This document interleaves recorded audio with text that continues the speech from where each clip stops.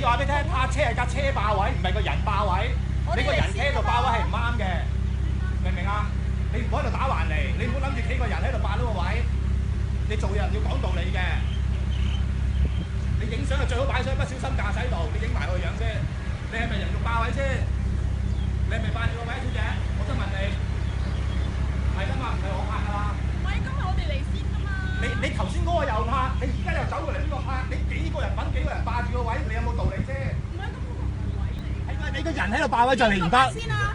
你個人唔係車，你架車擺呢度咧，我一定俾你拍。但係而家你個人企喺度壓住個位，就係你有問題。你明唔明啊？係你唔啱啊！你知唔知啊，小姐？唔好打橫嚟啦！你啊打橫！唉，話你隔離嗰個唔好喺度成日影啦！唉，而家影住你係你有問題啊，唔係我有問題啊，小姐。你架車擺喺度嘅話，人哋架車走，我俾你架車拍。但係你個人擺喺度喺度頂住個位，唔俾人哋架車拍嘅話，就係你有問題。你呢啲叫人肉霸位啊，知唔知啊？係唔啱㗎。